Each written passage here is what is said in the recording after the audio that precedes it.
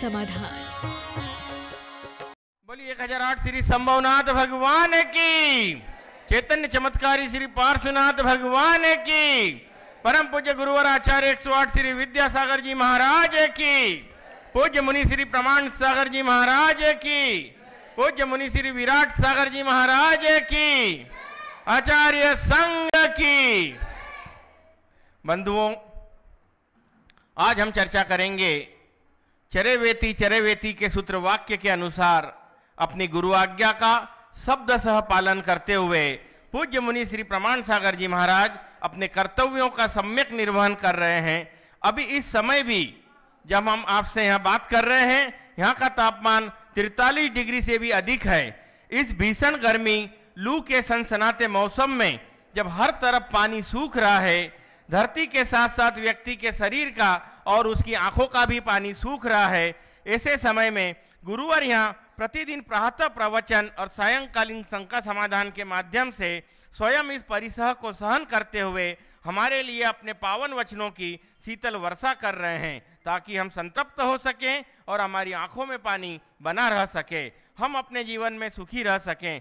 धन्य है ऐसे दिगंबर संत और इनकी ऐसी उत्कृष्ट चर्या। नमन हो ऐसे गुरुवर को। तो लीजिए, मैं सुनील जैन यहाँ पर उपस्थित सभी श्रद्धालुओं, साथ ही साथ पारस चैनल, जिनवाणी चैनल और प्रमाणिक ऐप के माध्यम से दूर दराज तक बैठे हुए अपने टीवी सेट्स या अन्य माध्यमों से गुरुवर की वाणी सुनने को आतुर सभी श्रद्धालुओं को प्रत्यक्ष लेकर चलता हूँ गुरुवर के पावन चरणों में। इस सामूहिक आशीर्वाद ग्रहण के साथ तो आप मेरे साथ दोहराएंगे, हे गुरुवर नमोस्तु नमोस्तु नमोस्तु। गुरुवर आपकी आज्ञा और आशीर्वाद से आज का ये शंका समाधान का सत्र प्रारंभ कर रहा हूं ऑनलाइन प्रश्न के माध्यम से। आज का प्रथम प्रश्न है श्री प्रशांत जी जैन सिवनी से, मध्य प्रदेश से। नमोस्तु करते हुए पूछ रहे हैं कि गुरुदेव, धातु की कितनी ऊंचाई या साइज की प्रतिमा पूजनीय है या अभिषेक करने योग्य है? देखिए, ऐसे तो हमारे लिए जो भी पूज्य प्रतिष्ठित प्रतिमाएं हैं सब पूज्य है, जिनकी प्रतिष्ठा हो गई वो पूज्य है। पुराने समय में तो इतना तक लिख दिया गया कि एक चावल के प्रमाण की प्रतिमा भी विराज दो तो महान पुण्य है। इसलिए ये कहना कि इतने साइज की ही प्रतिमा पूज्य है बाकी अपूज्य उचित नहीं। लेकिन हाँ, अत्यंत छोटी प्रतिमाएं प्रतिष्ठित नहीं करनी चाहिए। उसके पीछे दो कारण हैं। अति छोटी प्रतिमाओं में न तो ढंग से संस्कार हो पाते, न क्रियाएं हो पाती, तो उसकी ठीक तरीके से प्रतिष्ठा नहीं होती। और दूसरी, वो प्रतिमाएं पूजा अर्चा करते करते लुढ़क जाती है और उनकी चोरी होने की भी संभावना होती है। इसलिए उनको अवॉइड करना चाहिए। मेरे हिसाब से आज के समय में कम से कम 7 इंच की प्रतिमा को रखना चाहिए। उससे छोटी प्रतिमा को विराजमान करने से ये सारे नुकसान दिखते हैं, इसका ध्यान रखना चाहिए। गुरुदेव दक्ष जैन पूछ रहे हैं पुणे से, नमोस्तु करते हुए कि गुरुदेव, एक तरफ तो ये कहा जाता है कि निद्रा दर्शनावर्णी कर्म के कारण से आती है जो कि पाप का उदय है और निद्रा प्रमाद भी है, लेकिन दूसरी तरफ कहा जाता है अच्छी नींद का आना पुण्य का उदय है, क्योंकि न जाने कितने लोग अच्छी नींद के लिए गोलियां लेते हैं, अनेक जतन करते हैं और नींद नहीं आने से अनेक रोग एवं असाथा का उदय होता है। दूसरी बात यह है कि शेर, बिल्ली आदि अन्य पंचेंद्रिय तिर्यंच अधिकांश समय निद्रा लेते हैं, तो क्या उनके प्रगाढ़ दर्शनावर्णी कर्म के बंध का कारण है या तिर्यंच गति का प्रभाव? और देवों को निद्रा नहीं आती तो कृपया शंका समाधान करें। बहुत अच्छा सवाल है। और ये सवाल कई दिशा में। सबसे पहला सवाल तो ये है कि निद्रा की वजह क्या है। ये बात सत्य है कि निद्रा दर्शनावर्ण कर्म के उदय से होता है और दर्शनावर्ण कर्म पापोदय। और इस हिसाब से अगर विचार किया जाए तो निद्रावस्था पाप का एक प्रकार से प्रताप है, पाप का प्रकट रूप है। लेकिन दूसरी तरफ देखा जाए तो नींद हमारे जीवन के लिए अत्यंत आवश्यक भी है। बिना निद्रा के हम अपनी थकान को दूर नहीं कर सकते। लोग 6 महीना बिना खाए तो रह सकता है पर बिना सोए नहीं रह सकता, वो पागल हो जाए। माइंड रिलैक्सेशन के लिए नींद होना बहुत ज़रूरी है। और प्रश्नकार ने ये बिल्कुल सही बोला है कि अच्छी नींद बड़े पुण्य से आती है। तो ये परस्पर विरोधी बातें क्यों, ये सवाल है। बात ठीक है। देखिए, पाप और पुण्य के साथ कई संयोग बनते हैं। जैसे मैं आपसे एक सवाल करता हूँ, भूख लगना पुण्य है या पाप? बोलिए। हाँ, भूख लगना पुण्य है या पाप? हाँ, थोड़ा सोच के बोलना। हाँ, दोनों? ये होशियारी क्यों कर रहे हैं? मैं तो पूछ रहा, दो में एक बताओ, पुण्य है या पाप? हाँ, सुनो, बैठ जा। हमारे शास्त्र के अनुसार अशाता वेदनी के उदय से भूख होती है। तो इस हिसाब से देखा जाए तो भूख लगना पापोदय है, पर भूख न लगना, अरे मुझे भूख ही नहीं लग रही है, भूख ही नहीं लग रही है, कुछ खाया ही नहीं जा रहा, ये क्या है? ये परम पाप। तो क्या हुआ? पुण्य पाप कर्म का अपना वर्गीकरण है, पर प्रकृति की जो क्रियाएं हैं वो अपने क्रम से चलती है। ये बात सच है कि भूख आपके अशाता कर्म के उदय से होती है, लेकिन शरीर के स्वास्थ्य को टिकाए रखने के लिए वो अशाता का उदय भी जरूरी है। वो एक प्रकार की फिजिकल रिक्वायरमेंट है। हाँ, इसमें एक अंतर होगा, जिसकी पुण्य की प्रकृति जितनी तीव्र होगी, शरीर की स्थिति उतनी सुदृढ़ बनेगी और उसकी रिक्वायरमेंट उतनी कम हो जाएगी। जैसे कई तरह की गाड़ियाँ होती है, कुछ गाड़ियों का एवरेज बहुत अच्छा होता है और कुछ गाड़ियों का एवरेज कम होता है। तो फ्यूल तो चाहिए गाड़ी में, फ्यूल चाहिए। तो ये शरीर के लिए, शरीर को संचालित करने के लिए शरीर की एक आवश्यकता है, प्रकृतिगत आवश्यकता है, भूख की भी और नींद की भी। लेकिन जिसका पापोदय ज़्यादा होता है वो ज़्यादा खाता है, जिसका पापोदय ज़्यादा होता है वो ज़्यादा सोता है, जिसका पापोदय मंद होता है वो कम खाकर ज़्यादा स्वस्थ रहता है, और जिसका पापोदय मंद होता है वो कम सोकर ज़्यादा मस्त रहता है। समझ गए? तो कम खाकर स्वस्थ रहना और कम सोकर मस्त रहना, ये हमारी साधना है। समझ गए? अब रहा सवाल, देवों में नींद नहीं आती। देवों और नारकियों को नींद नहीं है। क्यों नहीं है? क्योंकि उनकी शारीरिक संरचना हमसे भिन्न प्रकार की है। हमारे शरीर में जिस तरह की थकान होती है उस तरह का उनका हाल नहीं है। हमारे शरीर में जिस तरह हमें भोजन पानी की आवश्यकता होती उस तरह के भोजन पानी से उनका शरीर नहीं चलता। हमारे शरीर में जैसे धातु उपधातु, उनके शरीर में उस तरह की धातु उपधातु नहीं होते। तो देहधारी होने के बाद भी उनकी शरीर की स्थिति हमसे भिन्न है, इसलिए उनको नींद की जरूरत नहीं पड़ती। देवता लोग सोते नहीं, उनकी निद्रा का उदय नहीं आता। अब आप देखिए, हमें आपको नींद आती है, कब आती है? 24 घंटे आती है क्या? कब आती है? जब थकान महसूस होती है तब।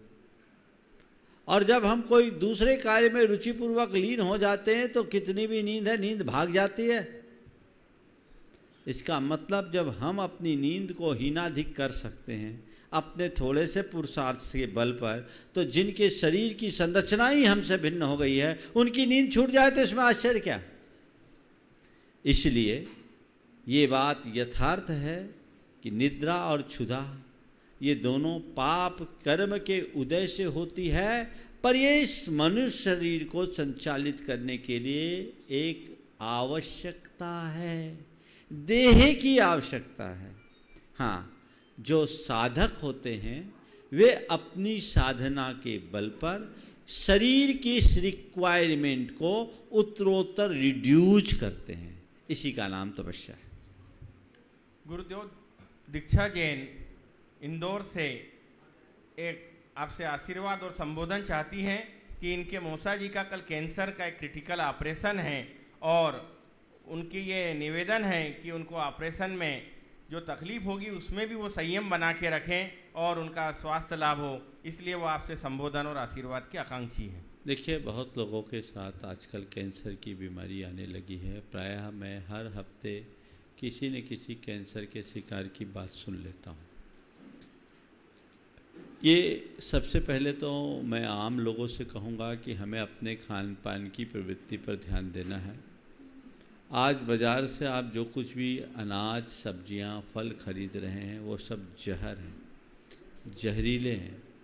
आपका अनाज यूरिया से भरा है, पेस्टिसाइड से भरा है, फल सब्जियों में इंसेक्टिसाइड है, कीटनाशकों का अंधाधुंध प्रयोग है। यहाँ तक कि दूध भी शुद्ध नहीं है, पानी भी शुद्ध नहीं है। तो पहली कोशिश कीजिए कि हम अपने खान पान पर थोड़ा ध्यान दें। आजकल ऑर्गेनिक भोजन का विशेष प्रचलन बढ़ा है। यदि उस पर आप ध्यान दें तो कैंसर जैसी विघातक बीमारी से हम काफ़ी हद तक बच सकते हैं। ये प्रिकॉशन हर व्यक्ति को लेना चाहिए। जिनका ऑपरेशन है उनसे मैं कहूँगा कि इस घड़ी में बहुत धैर्य और संयम से काम लें। शरीर अपना काम कर रहा है। शरीरम व्याधि मंदिरम, शरीर तो रोग का घर है। जितने रोम उतने रोग। अंतर केवल इतना है कि उनका रोग प्रकट है, बाकी का रोग अप्रकट है। घबराए नहीं, अपने भेद विज्ञान को स्मरण में रखें और तन की बीमारी को मन पर हावी न होने दें। ऐसा नहीं है कि कैंसर जैसी बीमारी आई तो अब गए। कैंसर होने के बाद भी ऐसे अनेक लोग मेरे संपर्क में हैं जिनने अपनी आयु को बहुत अच्छे तरीके से पूरी की। एक वाक्य अपने अंतस में अंकित कर लेना चाहिए, जब तक मेरी आयु है मुझे कोई हिला नहीं सकता, आयु पूरी हो जाने के बाद मुझे कोई जिला नहीं सकता। क्या बोला? जब तक मेरी आयु है मुझे कोई हिला नहीं सकता, आयु पूरी होने के बाद मुझे कोई जिला नहीं सकता। शरीर एक दिन जाना है, जब जाना होगा तो जाएगा। अपनी अंदर की वेदना को सहने का प्रयास करें। नमोकार मंत्र का स्मरण करें।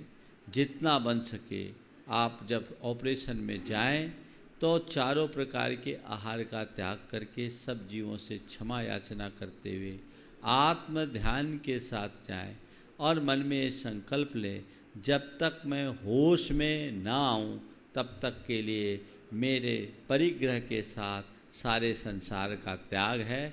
मैं आत्मस्थ हूँ और जैसे ही आप होश में आए सजगतापूर्वक अपने जीवन के दिन बिताएं।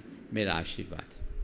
गुरुदेव, पद्मावती जैन वेंकटेश नगर इंदौर से नमोस्तु करते हुए पूछ रही हैं कि हम अपने पाप कर्मों से संसार की अदालत से तो बच जाएंगे, लेकिन कर्मों की अदालत से नहीं बच सकते। हम जब पाप करते हैं तो सोचते हैं कोई देख नहीं रहा है, लेकिन परमात्मा की नज़रों में हमारे कर्म दर्ज हो जाते हैं। फिर भी इंसान पाप से क्यों नहीं डरता? कृपया समाधान। उसे लग गया था कि ये मुझे अपमानित करना चाहता, ये इसकी चाल है। मन में गांठ बंध गई और प्रतिशोध की ज्वाला जल उठी। प्रतिशोध की अग्नि एक बार प्रज्वलित होती है तो उसे बुझा पाना बड़ा मुश्किल है।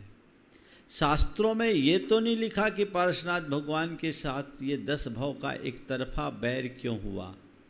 पुराणों में ऐसा देखने में नहीं मिलता, लेकिन पार्श्वनाथ भगवान की क्षमा को 10 भव तक मेंटेन करते हुए दिखाया और उसके बैर को 10 भव तक बढ़ता हुआ दिखाया। हर भव में उसका बैर बढ़ा। 2 बातें इसमें सीख लेने की है। पहली बात तो ये कि देखो, कभी किसी के साथ गलत फहमी न रखो। अनजाने में भी बैर हो तो न जाने कितने जन्मों तक भोगना पड़ेगा। इसलिए पार्श्वनाथ भगवान के इस चरित्र से पाना चाहते हो तो अवैर की शिक्षा लो। मुझे किसी से वैर, विरोध, विद्वेष युक्त जीवन नहीं जीना। मन में कोई गांठ न रखो।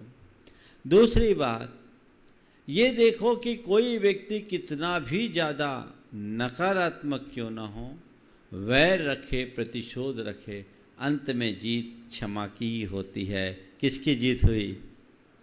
पार्श्वनाथ की जीत हुई कि कमठ की जीत हुई? तो ये देखो, अगर कई बार लोग सोचते अरे हम उसके साथ इतना कर रहे, वो मेरे साथ उल्टा कर रहा है, टिट फॉर टाइट करना चाहिए, ये एक सामान्य कथन है। लेकिन यदि अपने जीवन को सच्ची आध्यात्मिक उपलब्धियों से जोड़ना चाहते हो तो हमें चाहिए कि हम अपने मर्यादाओं को सुरक्षित रखें, अपने धर्म की सीमा को बांधे रखें। गुरुदेव, आज का अंतिम ऑनलाइन प्रश्न है।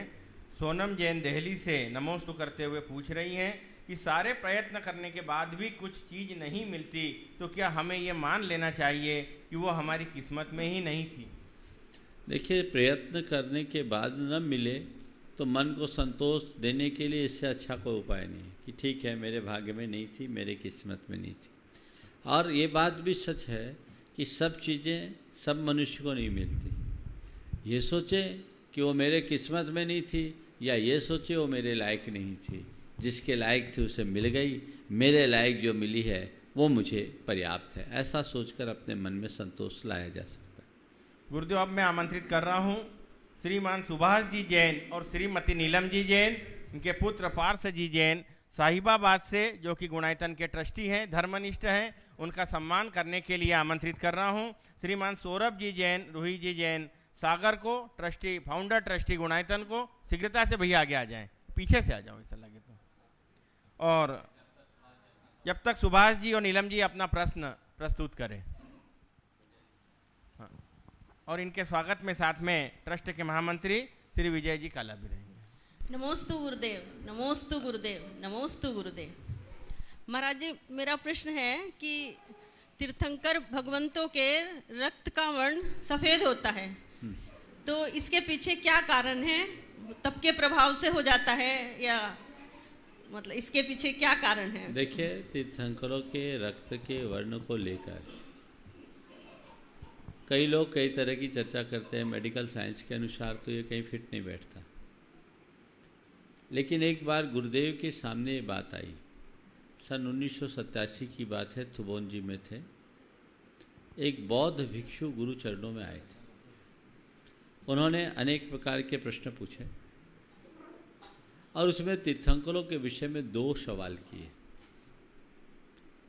एक सवाल उन्होंने किया कि महाराज जी, आपके प्रश्न से हट करके मैं उससे ले रहा हूँ, फिर ये प्रश्न करूँगा कि महाराज जी, हमने ऐसा सुना है, जैन शास्त्रों में लिखा है कि तीर्थंकरों का आहार होता है, निहार नहीं होता, यानी ये भोजन लेते हैं पर मल विसर्जन नहीं होता, क्या ठीक है? गुरुदेव एक छोटे से पाटे पे बैठे थे, नीचा 3 इंच का पाटा था, सामने एक लकड़ी का टुकड़ा पड़ा था। उनके समझाने का अपना एक अंदाज होता है। मैं उन दिनों अलग था। गुरुदेव ने उस लकड़ी के टुकड़े को दिखाया, बोले ये बताओ, इसको जलाएंगे तो राख बनेगी? बोले हाँ महाराज, कुछ ना कुछ तो वेस्टेज बचना ही चाहिए। बोले अच्छा, इसको जलाएंगे तो कितना राख बचेगी? बोले 50 ग्राम। बोले 50 किलो जलाएंगे तो कोई ज़्यादा। बोले 500 किलो जलाएंगे तो, बोले और ज़्यादा। जिस अनुपात से जलाएंगे उतना फ्यूल मिलेगा। बोले इसकी जगह अगर कपूर जलाएं तो? बहुत चक्कर है गया। बोले सब उड़ जाएगा। तो गुरुदेव ने कहा, उनकी जठराग्नि इतनी प्रगाढ़ होती है, सब कपूर की तरह भस्म हो जाता है, कुछ वेस्टेज नहीं बचता। फिर उन्होंने सवाल किया, अभी तो मूल सवाल अब आ रहा है कि महाराज ये बात तो समझ में आ गई, लेकिन एक बात समझ में नहीं आती कि तीर्थंकरों के शरीर में कहते हैं कि उनका खून दूध की तरह धवल होता है। महाराज ये मेडिकल साइंस के अनुसार तो नहीं बैठता। गुरुदेव ने कहा, आपने जब जन्म लिया था तो माँ का दूध पिया था? पिया था। तो माँ का दूध माँ के शरीर से आया? बोले हाँ, शरीर से आया। दूध कैसा होता है? बोले सफ़ेद होता है। तो आपके माँ के पेट में ये दूध कब आया? बोले जब मेरा जन्म हुआ। आपके माँ के पेट में ये दूध कब आया? बोला जब मेरा जन्म हुआ। बोले क्यों? क्योंकि मेरे प्रति ममत्व था।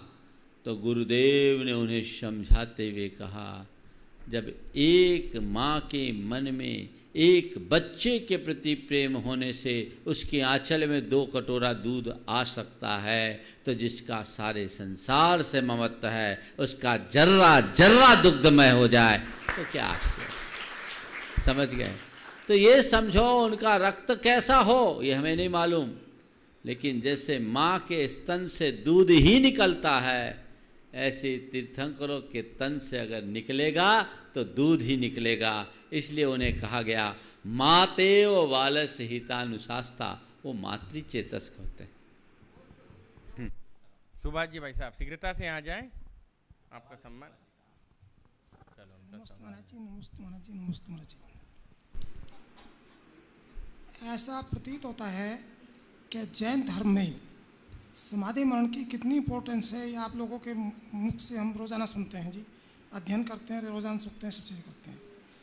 तो जो समाधि मरण से इतना उत्कृष्ट भाव हो सकते हैं कि जिसका आगे का भविष्य हमारा अच्छा संवर सकता है, तो इसी टाइप के भाव जिंदा रहते हुए बार बार क्यों नहीं हो सकते?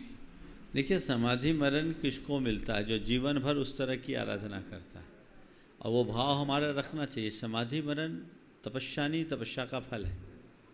तो साल भर हम पढ़ाई करेंगे तब तो हमारा रिजल्ट अनुकूल आएगा। इसलिए हमेशा तस्मात् याव अंतः क्रियाधिकरणम तपा फलम सकल दर्शनस्तुते तस्मात् यावद विभवम समाधि मरणे प्रयतितव्यम। ये समाधि मरण को तपस्या का फल कहा है। इसलिए जब तक शरीर में सत्य है उसके लिए प्रयत्नशील बने रहना चाहिए। स्थान पर सम्मान कर दें और इसके बाद तैयार रहें। श्रीमती उषा जैन गाजियाबाद, वो अपना प्रश्न प्रस्तुत करें। वहीं रहें, आप अपनी जगह पे ही रहें। उषा जैन गाजियाबाद।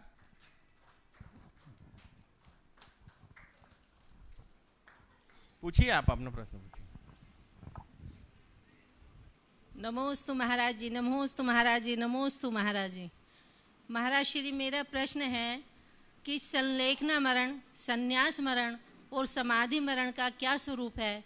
यदि कुछ समय के लिए प्रतिदिन चारों प्रकार का आहार त्याग किया जाए और परिग्रह त्याग करा जाए और उस समय में किसी की आयु पूर्ण हो जाए तो उसको कौन सा मरण कहेंगे?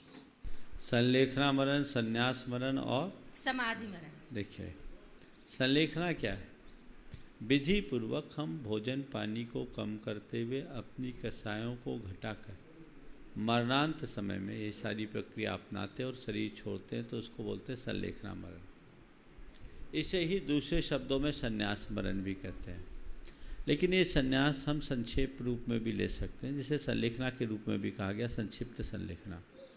कई बार ऐसा होता है कि अचानक कोई इस तरह के उपसर्ग आदि के परिणाम आ जाए और उस समय हमने अपने मन को संभालते हुए समता धारण करके भोजन पानी आदि का त्याग कर लिया और आत्मस्थ हुए, उस घड़ी यदि हमारे प्राणांत होंगे तो हम सदगति के पात्र होंगे। ये संन्यास मरण है।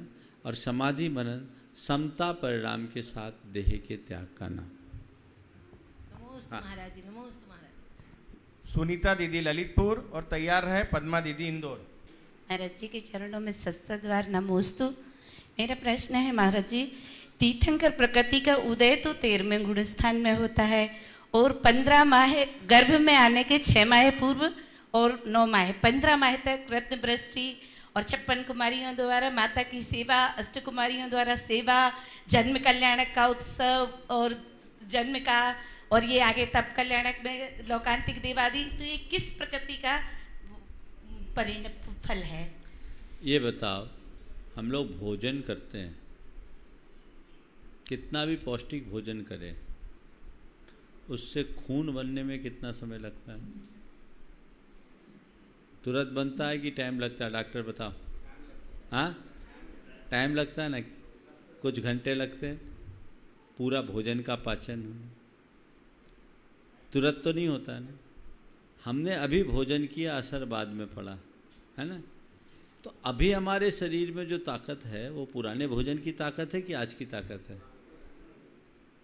ऐसी स्थिति तीर्थंकरों के साथ होती है।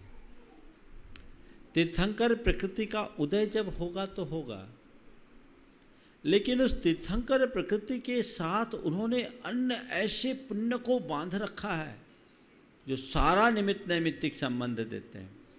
जब उदय आएगा तब आएगा, लेकिन उसका प्रभाव तो तभी बढ़ जाता, अन्य पुण्य कर्म उसके साथ जुड़ते हैं और बिना उदय में आए भी हमें परिणाम दे देते हैं। चलो, पद्मा दीदी इंदौर और तैयार रहें डॉक्टर अक्षय जैन टड़ैया, मुनि भक्त ललितपुर। हे स्वामी जी, नमोस्तु नमोस्तु नमोस्तु। मेरा प्रश्न है कि सत्यमेव जयति, अहिंसा परम धर्म, अहिंसा के साथ ही परम धर्म क्यों लगाया है? जैसे सत्य, अचौर्य, अपरिग्रह, महाबली, 5 को क्यों नहीं लगाया? परम एक होता है कि अनेक होता है? परम यानी टॉप, श्रेष्ठ, सर्वश्रेष्ठ, उत्कृष्ट। तो उत्कृष्ट तो एक होता है, जहाँ अहिंसा आ गए वहाँ सब आ गया। नमस्ते महाराज। चलो, डॉक्टर अक्षय जी जैन टड़ैया ललितपुर, और तैयार रहें आशीष जी नम्रता जी जैन NHDC सिद्धवरपुर। परम पूज मुनि दृष्टि गुणायतन श्री चरणों में संपूर्ण जैन समाज और जैनेतर समाज ललितपुर की ओर से बारंबार नमोस्तु नमोस्तु नमोस्तु। महाराज श्री, हमारी जिज्ञासा है कि आत्मा अजर अमर है, वह ना तो जन्म लेती है ना मरती है।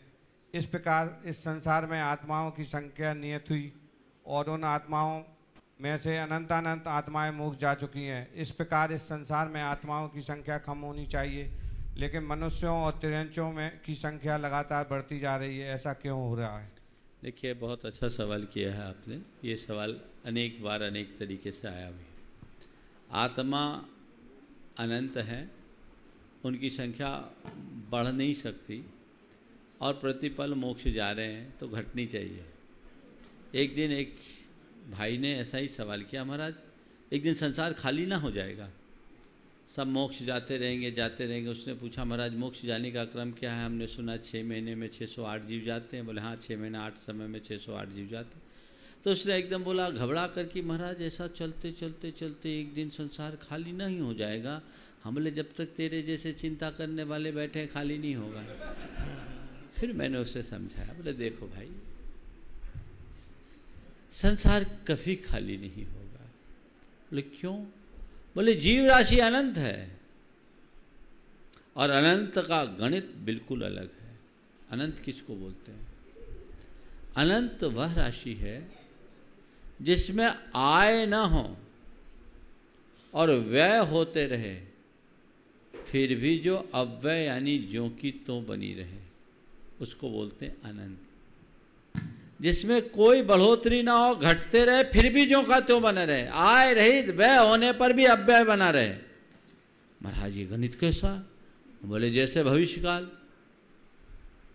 भविष्यकाल कितना है? बोलो। अनंत है। अनंत है ना। प्रतिपल भविष्यकाल के गर्भ से, कोष से एक एक समय निकल रहा है, अतीत के गर्भ में समा रहा है, जा रहा है ना। भविष्य में कोई काल बढ़ रहा है क्या? बढ़ रहा है कि घट रहा है? बढ़ रहा है। हाँ, घट रहा है, घट रहा है। भविष्य से हर समय एक एक समय निकल करके वर्तमान से होते हुए अतीत के गर्भ में समा रहा है। भविष्य में बढ़ नहीं रहा है, घट रहा है। लेकिन आज मैंने आपसे पूछा भविष्यकाल कितना है, तो आपका जवाब क्या है? कल पूछूंगा तो क्या जवाब है? माइक पे बोलो। अनंत है, अनंत। परसों पूछूंगा तो क्या जवाब है? अनंत। आज से अनंत काल बाद कोई पूछेगा तो क्या जवाब है? अनंत रहेगा। समझ गए? ये अनंत का खेल है, इसलिए घबराने की बात नहीं। रहा सवाल मनुष्यों की संख्या बढ़ने की, तो देखो इस प्रकृति में मनुष्यों की संख्या बढ़ रही है, पर कई प्राणियों की जाति ही लुप्त हो रही है, यानी सब ऊपर नीचे हो रहे हैं। और यहाँ अभी मनुष्यों की संख्या बढ़ रही है, तो विदेहों में मनुष्यों की संख्या घट गई होगी। इको बैलेंस अपना बनता जा रहा है। समझ गए? नमस्ते। आशीष जी नम्रता जी जैन NHDC ट्रस्टी गुणायतन, और तैयार रहें अशोक जी गुणमाला मेहता मुंबई ट्रस्टी गुणायतन। महाराज श्री, मैंने कहीं पढ़ा है कि जब किसी विद्वान से पूछा गया कि समाज को आगे बढ़ाने के लिए क्या करना चाहिए, तो उनका जवाब था कि टांग के बदले हाथ खींचो। बहुत सुंदर। हाँ, तो हम भी अपने समाज में टांग के बदले हाथ बढ़ाकर अपने साधर्मियों को ऊपर खींचने के लिए क्या करें? मार्गदर्शन। बहुत अच्छा प्रबोधन दिया है जिसने भी कहा कि समाज को आगे बढ़ाने के लिए क्या करना। टांग के बदले हाथ खींचना शुरू करो। और ये सोच अगर मनुष्य के अंदर बन जाए और लोग एक दूसरे के पूरक बनते हुए आगे बढ़ने लगे, तो जीवन में बहुत बड़ा बदलाव आएगा, चमत्कार होगा। लेकिन लोग आज टांग खींचते हैं। टांग खींचने का काम राजनीति में होता है, और हाथ थामने का काम धर्म नीति करती है, समाज नीति करती है। विडंबना ये है कि हमारी समाज जो पहले धर्म नीति से चलती थी, आज राजनीति का प्रवेश हो गया। इसलिए टांग खींचने वाले लोगों की संख्या दिनों दिन बढ़ रही है, और हाथ थामने वाले लोग कम होते जा रहे हैं। हमें फिर से धर्म का विस्तार करना है और लोगों को धर्म नीति से जोड़कर समाज को आगे बढ़ाने के लिए प्रोत्साहित करना। श्रीमान अशोक जी गुणमाला जी मेहता मुंबई ट्रस्टी गुणायतन और तैयार रहे श्रीमान राजेश जैन इंदौर। नमस्ते गुरुवर, नमस्ते गुरुवर, नमस्ते गुरुवर। गुरुवर, तपोभूमि में मनुष्य का शरीर कपूर की भांति उड़ जाता है, तो कौन सा उस शरीर का कौन सा कहलाता है? तपोभूमि में मनुष्य का शरीर कपूर की भांति उड़ जाता है, भोग भूमि में, हाँ। भोग भूमि में मनुष्य का शरीर कपूर भांति में उड़ जाता है, तो कौन सा शरीर कहलाता है? देखिए, हमारे आपके जैसा शरीर होता है, लेकिन उनका शरीर जो होता है थोड़ा अच्छे मॉलिक्यूल वाला होता है, हमसे थोड़ा आला दर्जे का होता है, इसलिए वहाँ अंतिम संस्कार की जरूरत नहीं पड़ती। गुरुवर, मेरा और मेरे परिवार की तरफ से त्रिकाल नमोस्तु नमोस्तु नमोस्तु। गुरुवर, जो भी मैं पढ़ती हूँ वो आगे का भूल जाती हूँ, इसका मेरा कौन सा कर्म का उदय है? फिर से बोलो। मैं जो भी पढ़ती हूँ शास्त्र में तो आगे पीछे का भूल जाती हूँ, मुझे कुछ भी याद नहीं रहता, मैं कौन से कर्मों का दो?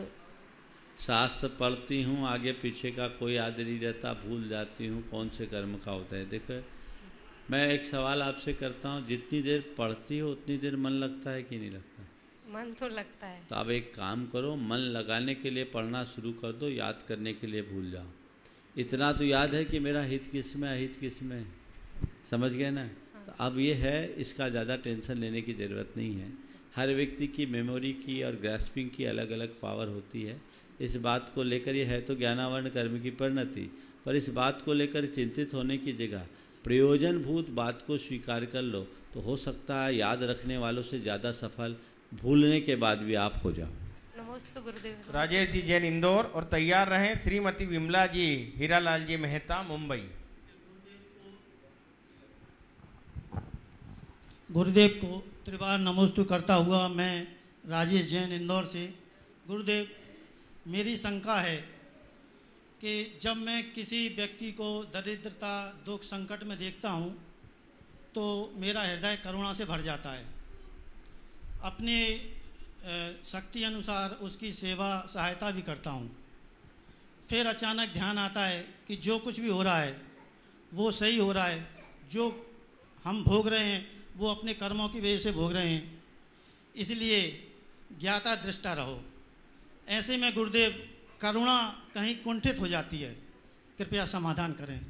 देखिए, आपने जो बात कही, दोनों बातें अलग अलग संदर्भ से जुड़ी है और दोनों बातें अलग अलग संदर्भों के हिसाब से ठीक भी है। यदि आपके हृदय में दीन दुखियों को देखकर संवेदना जागती है, आपका हृदय द्रवीभूत होता है और आप उनकी सेवा में आगे आते हैं, तो आप अपने व्यवहारिक कर्तव्य का पालन कर रहे हैं और यही व्यवहार के धरातल पर हमारा धर्म है और इसे निभाना चाहिए, ऐसा हमारे शास्त्रों में वर्णन है। और हम लोग बोलते भी हैं, दीन दुखी जीवों पे मेरे उर्से करना स्रोत बहे। लेकिन जब इस तरह की विचलन भरी स्थिति को देखकर मन अशांत और उद्विग्न होने लगे, तब ये कहो कि भाई हम तो ज्ञाता दृष्टा बने, तो अपने मन को संतुलित कर सकते। जब हम उच्च भूमिका में चले जाएं, हम खुद ज्ञाता दृष्टा बन जाएंगे, तो हमें कोई दीन दुखी दिखेगा कहाँ? हमने एक बार गुरुदेव से जब समय सार पढ़ा रहे थे तो एक सवाल किया, थोबोन जी की बात है 1987 की, कि गुरुदेव कोई मुनिराज सामायिक कर रहे हैं और उस समय देख रहे हैं कि एक बच्चा छत से नीचे गिर गया है, तड़प रहा है, तो मुनि महाराज अपनी सामायिक करेंगे या उस बच्चे को संबोधेंगे, उसके लिए कुछ सेवा और उपचार की व्यवस्था करेंगे? गुरुदेव ने जो जवाब दिया तुम्हारे सवाल का उत्तर है। अगर महाराज सामायिक में होंगे तो उन्हें पता ही नहीं लगेगा बच्चा कब गिरा। बात समझ में आई? दोहराऊं, अगर महाराज सामायिक में है तो बच्चा कब गिरा पता ही नहीं लगेगा। अब बच्चा गिरा है इसका मतलब सामायिक में नहीं हो। यदि तुम ज्ञाता दृष्टा बन जाओ तो कौन दीन कौन दुखी पता ही नहीं, और दीन दुखी दिख रहे हैं फिर ज्ञाता दृष्टा बन रहे हो तो नाटक है। श्रीमती विमला हीरालाल जी मेहता मुंबई और तैयार रहें श्रीमती आशा जैन हरसोला रतलाम। नमोस्तु गुरुवर, नमोस्तु गुरु। मेरे परिवार ससुराल पक्ष और पीर पक्ष का और मैं समधन की तरफ से नमोस्तु त्रिकाल नमोस्तु गुरुवर। मेरा यह प्रश्न है कि पांचों मेरु के क्षेत्र भूमि को कौन सी भूमि कहते हैं, और पांचों मेरु की क्षेत्र भूमि को कौन सी भूमि कहते हैं, और उस वहां से कोई जीव मोक्ष जा सकता है क्या? ये कोई प्रतियोगिता का सवाल तो नहीं लाई है? नहीं गुरुवर, नहीं। ये पांचों मेरु कर्म भूमि में 2.5 द्वीप के अंतर्गत है और यहीं से मोक्ष जाते हैं। चलिए आगे। श्रीमती आशा जैन, मोक्ष जा सकता है क्या? हाँ जा सकते हैं। श्रीमती आशा जैन। हाँ गुरुवर, मेरी एक जिज्ञासा है। एक को बोला भाई साहब, जिसका नाम बोला वही बोले, गड़बड़ नहीं करो। श्रीमती आशा जैन हरसोला रतलाम और तैयार रहें सचिंद्र रीना जैन भोपाल। माइक पहुंचा दीजिए पहले से। हाँ दीजिए। नमोस्तु महाराज जी, नमोस्तु महाराज जी, नमोस्तु। कॉलोनी या कस्बे में जैन मंदिर के अलावा अन्य किसी मंदिर एवं उनके धार्मिक कार्यक्रम में व्यवहारिकता के नाम से दान राशि देने में क्या मिथ्यात्व का दोष लगता है? देखिए, आप जिनके बीच रहते हैं, आशाधर जी ने 2 व्यवस्थाएं दी, एक धर्म पात्र और एक कार्य पात्र की। व्यक्ति धर्म बुद्धि से जो करता है वो धर्म पात्र है, और लौकिक प्रयोजनवश जो कुछ भी किया जाता है वो कार्य पात्र के हिसाब से। तो इसमें अपने विचार और विवेक के साथ कार्य करना चाहिए, लोक व्यवहार को साथ में लेकर के चलना चाहिए। हमारा धर्म कुशलता अपनाने का है, कट्टरता का नहीं। श्रीमती रीना जी सचिंद्र जी जैन और तैयार रहें श्रीमती सालू जैन सतवास। नमोस्तु महाराज जी, नमोस्तु नमोस्तु। मैं सचिन जैन भोपाल, रीना जैन भोपाल। आज हमारी शादी की 25वीं सालगिरह है, उस पर मेरा सौभाग्य मिला कि इस तीर्थ क्षेत्र के दर्शन हुए और आपके दर्शन और आहारचर्या दे सका। इसके लिए मैं आपसे आशीर्वाद चाहता हूँ। आज का प्रश्न है, रत्नाकरण श्रावकाचार्य में संलेखना के संबंध में क्वेश्चन है, खरपान क्या होता है और काजी किसे कहते हैं? खरपान यानी खाली पानी, शुद्ध पानी। खरपान गर्म पानी। जब आखिरी दिनों में संलेखना चलती है तो एक साथ भोजन पानी को कम नहीं किया जाता है, धीरे धीरे धीरे धीरे शरीर को साधा जाता है और उसकी रिक्वायरमेंट को घटाया जाता है। जैसे किसी की 4 रोटी की भूख है तो एक एक ग्रास कम करके उसको धीरे धीरे धीरे धीरे धीरे रोटी कम करते दलिया जैसी चीज़ों को बढ़ाते हैं, फिर दलिया जैसी चीज़ों को कम करते हुए पेय चीज़ों को बढ़ाते हैं, फिर धीरे धीरे केवल पेय पर लाते हैं, और पेय पर लाने के बाद फिर पेय में अन्य प्रकार के पेयों को कम करते हैं और पानी की मात्रा बढ़ाते हैं। पेय कई तरह के व्यक्ति की प्रकृति के अनुरूप होता है, किसी को छाछ देते हैं, किसी को मुनक्के का पानी देते हैं, किसी को द्राक्ष का पानी देते हैं, किसी को सूप देते हैं, अलग अलग चीज़ें। अन्न प्राणी को कम करके, अन्न पेय को कम करके केवल पानी को बढ़ाना। और एक स्थिति ऐसी आती है कि केवल पानी पर रख लेते हैं और गाड़ी चलते रहती है, और लास्ट में वो पानी भी छोड़ते हैं और उपवास पूर्वक रहते हैं। इसको बोलते हैं खरपान। कांजीर कहलाता है एक प्रकार की निर्विकृति। हमारे यहाँ नीरस भोजन किया जाता था जैसे, उसी तरह से कांजीर पुराने ज़माने में इमली के पानी का हल्का सा प्रयोग किया जाता था, जो स्वास्थ्यवर्धक। नमोस्तु नमोस्तु नमोस्तु। श्रीमती सालू जैन सतवास और तैयार रहें श्रीमती सपना मनोज जैन भोपाल। हे गुरुदेव, मेरा और मेरे परिवार की ओर से और सतवास जैन समाज की ओर से नमोस्तु नमोस्तु नमोस्तु। आजकल जैन समाज के लोगों को क्यों जैन तीर्थंकरों के अलावा अन्य समाज के देवों को पूजते हैं? अगर घर में कुछ हो जाए। आगे बताओ, अभी प्रश्न का उत्तर दे दिया, आगे चलो। ये प्रश्न हो गया है, चलिए।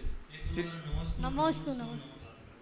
हमारी जिज्ञासा है, जब हम टीवी पर समाचार देखते हैं तब आतंकवाद आदि की घटनाओं के बारे में देखते सुनते हैं, तो घर पे बैठे बैठे ही आतंकवादी को मारने की भाव व मारने पर अनुमोदना का भाव कर लेते हैं। तो गुरुवर, हमारी इस पर शंका है कि इससे हमें हिंसा का दोष या पाप तो नहीं लगता? यदि लगता है तो इससे बचने का उपाय क्या है? पुण्य लगेगा? हिंसा का भाव तो हिंसा है। आतंकवादी को मारने वाले ने मारा, बस ठीक है, ठीक मारा, मार देना चाहिए, ये उससे जुड़ाव है। हालांकि राष्ट्र के प्रति प्रेम के कारण अपने शत्रु को मारने के लिए ये भाव आ जाते हैं, पर ये है ठीक नहीं, अपनी निंदा घरा करना चाहिए। और इसीलिए हमारे शास्त्रों में कहा है कि ज़्यादा इस तरह के समाचार नहीं देखना चाहिए। क्योंकि वो हमें उलझाने वाले हैं। मैंने एक दिन कहा था न्यूज फास्टिंग की प्रक्रिया को अपनाइए, व्यर्थ की बातों को मत लगाइए। आपको अन्य माध्यमों से सूचना तो मिल ही जाती है, समाचार तो मिल ही जाते क्या हुआ, लेकिन नहीं क्या हुआ, कैसा हुआ, किसने क्या किया, ये जो हम दिलचस्पी रखते हैं और उसके साथ अपने आप को अटैच कर देते हैं, पाप भी बांधते हैं, समय भी बर्बाद करते हैं और संस्कार भी विनष्ट होते हैं। नमोस्तु गुरु नमोस्तु।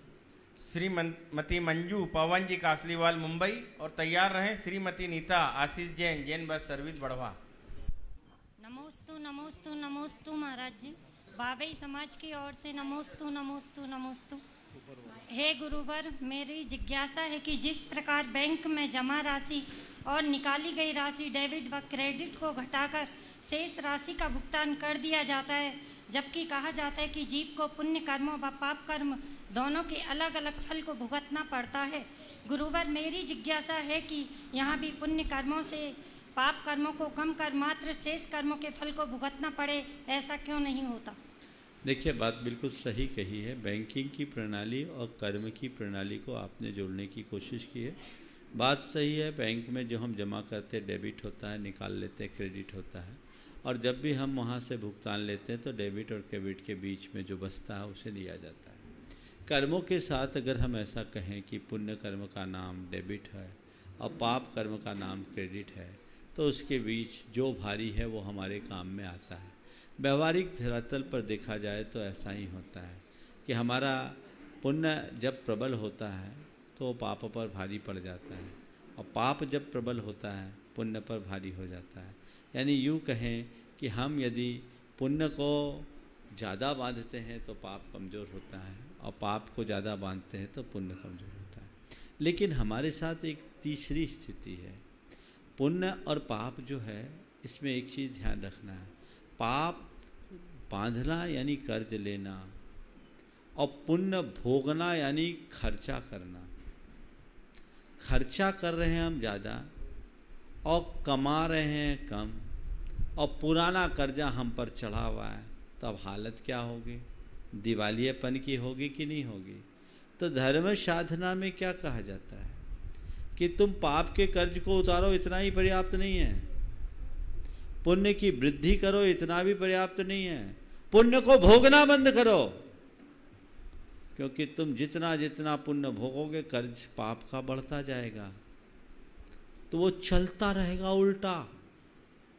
तो फिर तुम्हारे साथ तुम्हारे खाते में जो भी बचेगा ना, बैलेंस शीट उल्टी होगी, क्रेडिट ज़्यादा होगा, डेबिट जीरो हो जाएगा, तो तुम इस संसार में ही रुलते रहोगे। तो पहला काम अगर बैलेंस बनाना है तो पाप की क्रियाएं कम करो, पुण्य को भोगना बंद करो, पुण्य को त्यागना शुरू कर दो, ताकि पुण्य की वृद्धि हो और पाप का क्षय हो। अब रहा सवाल मुक्ति के लिए, तो मुक्ति के लिए हमें अपने बैलेंस शीट को नील करना पड़ता है, क्योंकि ये सारी की सारी चीज़ें हैं एक झूठी चीज़ें हैं। जैसे कोई व्यक्ति अपनी चालू फर्म होती है, उस फर्म को क्लोज करना होता है और नई फर्म चालू करनी होती है, तो सुभाष जी क्या करते हैं? हाँ, माइक दो थोड़ा सा। जितनी भी एसेट्स और लायबिलिटीज हैं किसी भी फर्म की, हाँ, उनको निलिफाई कर सकते हैं। लायबिलिटीज से रिलाइज करते हैं, हाँ, और एसेट से रिलाइज करते हैं और लायबिलिटीज का पेमेंट कर देते हैं। खत्म हो गया ना, एकदम नील करके ही नहीं कर। तो इस संसार के कारोबार को बंद करके मुक्ति की यात्रा करनी है तो सब नील करके चलना पड़ता है। तो उसमें ना क्रेडिट का चक्कर होता है ना डेबिट का चक्कर होता है। श्रीमती नीता आशीष जी जैन, जैन बस सर्विस बढ़वा, और तैयार रहें दर्शी जैन अजमेर अपने परिवार के साथ। गुरुदेव के चरणों में त्रिकोटि हमारे परिवार की ओर से नमोस्तु नमोस्तु नमोस्तु। गुरुदेव, शब्द और दूरियां, शब्द और सोच दूरियां बढ़ा देते हैं, क्योंकि हम समझ नहीं पाते हैं या समझा नहीं पाते हैं। तो गुरुदेव, हमें शब्द कैसे होना चाहिए जिससे हम दूसरे को समझ सकें?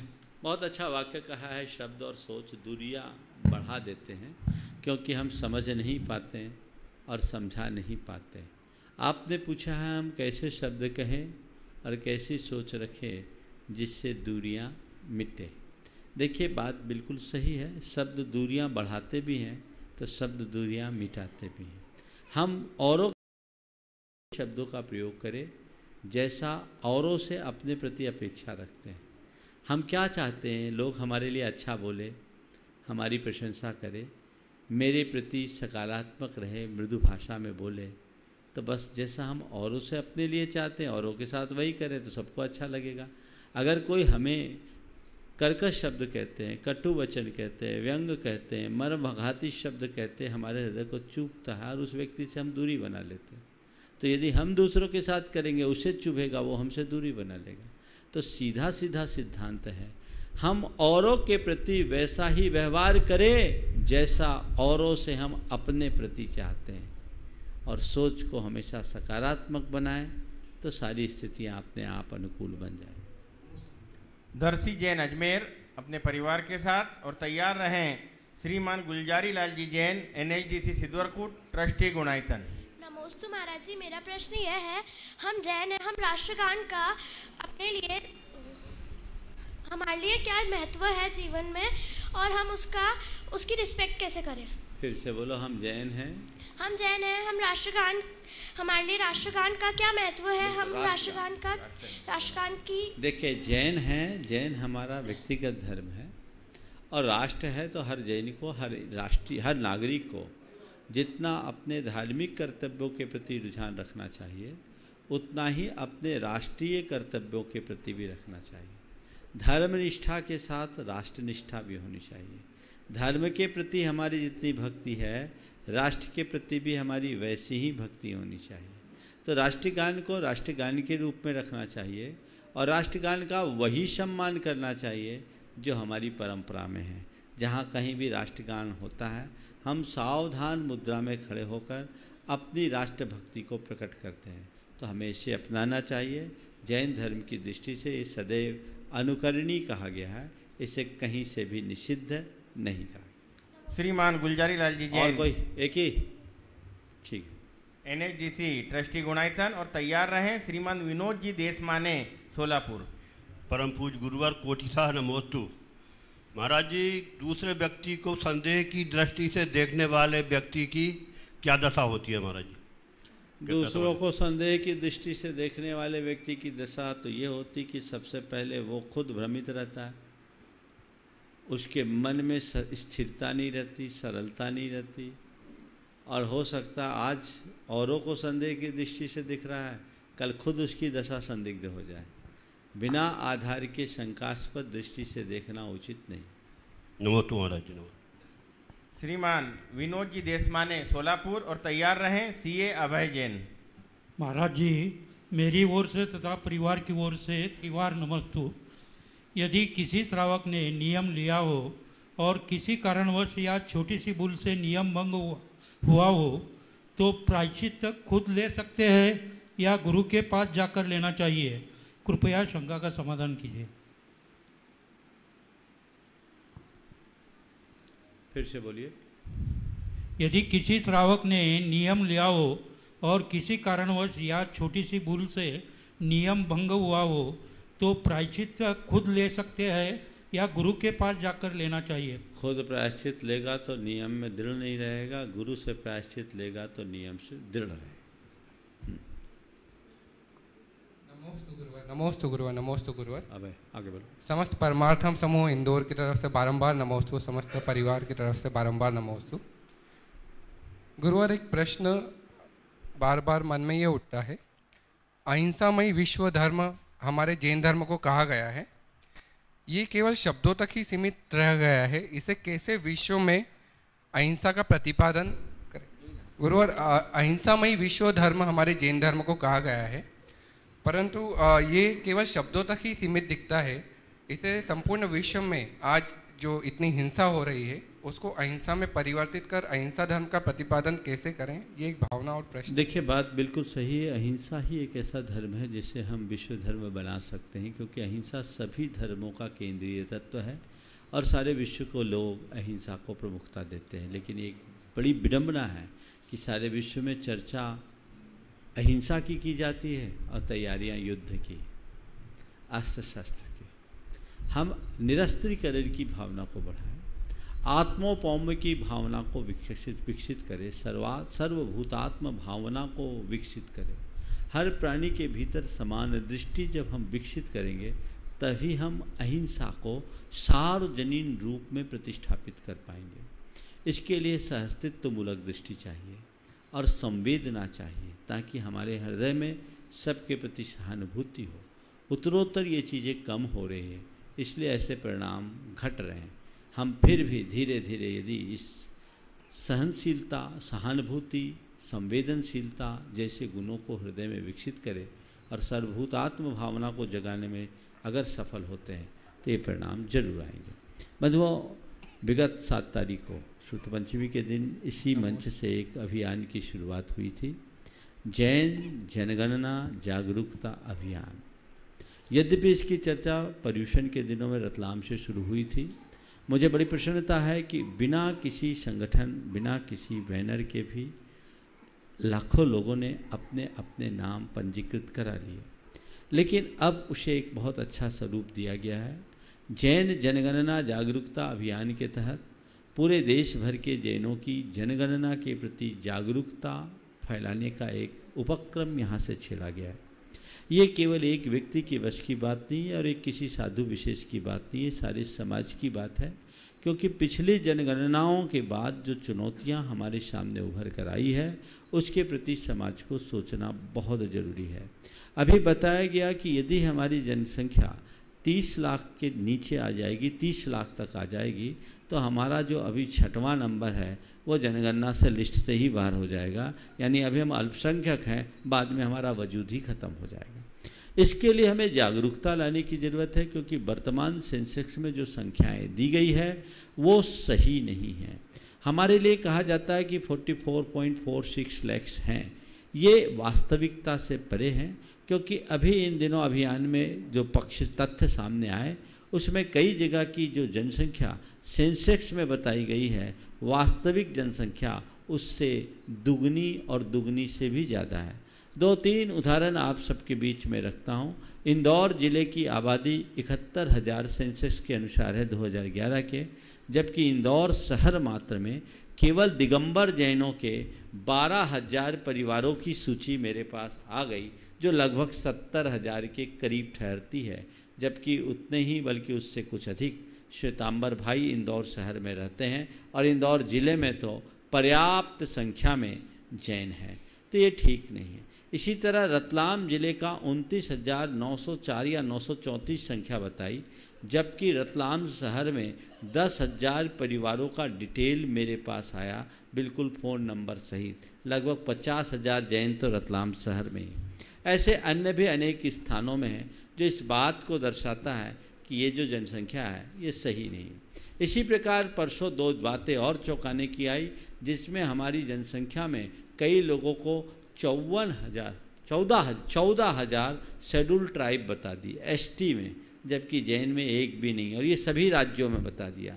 यानी इसका मतलब ये जनसंख्या जो की गई है जनगणना वो सही नहीं है। उसी में 54,000 बाल विवाह का उल्लेख कर दिया, जो हमारे साथ नहीं है। हमें हमारे सामने जो चुनौतियां हैं वो भी ध्यान देने की है। TFR हमारा सबसे कम हो गया, टोटल फर्टिलिटी रेट।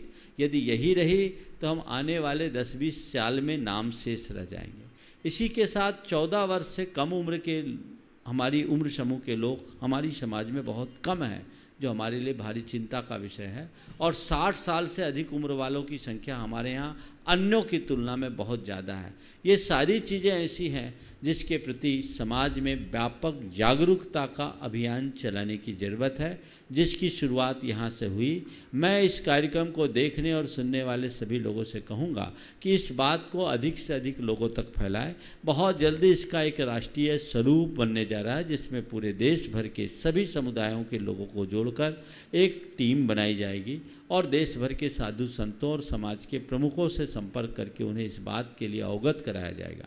लेकिन इस माध्यम से जो लोग सुन रहे हैं वो अभी से जागरूक हो जाएं और जो भी हमारी जनगणना की स्थिति है उसको वास्तविक धरातल पर लाने की कोशिश करें, तभी हम कोई अच्छे परिणाम ला सकेंगे, जिसकी आज समाज को सर्वाधिक आवश्यकता है। और हमारा उद्देश्य समाज में अलग अलग समाज की जनसंख्या का आकलन करके हम समाज की वास्तविक स्थिति का भी आकलन करें, ताकि उसका आर्थिक सर्वेक्षण कराकर भविष्य में समाज के कल्याणकारी कार्यक्रम भी चलाए जा सके। और इस तरह से करने के बाद जो फरवरी 2021 में सरकार के द्वारा जनगणना का अभियान चालू किया जाएगा, उसमें हम लोगों को जागरूक कर सके, तब तक समाज में एक ऐसा वातावरण बन जाए जिसमें जनसंख्या के लिए जो भी लोग आएँ वहाँ आप दिलचस्पी पूर्वक जनगणना अपनी करा सके, फॉर्म भर सके। और क्वेश्चन नंबर 7 में आपको आंसर देने के लिए धर्म के कॉलम में 6 नंबर के कॉलम पर जब आप लिखेंगे तो आपकी वास्तविक जनसंख्या आ पाएगी। लोग जैन धर्म को जैन जाति से जोड़ देते हैं, इसलिए बहुत सारे लोग कुछ भी लिख देते हैं। तो इसके लिए व्यापक जागरूकता की ज़रूरत है और वो जागरूकता सबको बना करके रखना है। अभी से ये मैसेज पूरे देश में फैलाएं। आज से 2021 तक निरंतर जागरूकता का अभियान हमें चलाना है और जून 2020 तक समाज का सामाजिक स्तर पर अगर हमने आकलन कर लिया तो बहुत बड़ा लाभ मिलेगा, क्योंकि देश में सारी समाजों के लगभग डायरेक्टरियां हैं। यदि हर गांव शहर के लोग अपनी जानकारियां उपलब्ध करा दे तो हम बहुत अच्छी परिणाम तक पहुंचेंगे और समाज के लिए अच्छे कार्यक्रम भी संचालित किए जा सकेंगे। इस प्रकार आज के सत्र को यहीं पर विराम। बोलिए परम पूज्य आचार्य गुरुवत्स विद्यासागर जी, पूज्य मुनि श्री प्रमाण सागर जी महाराज की।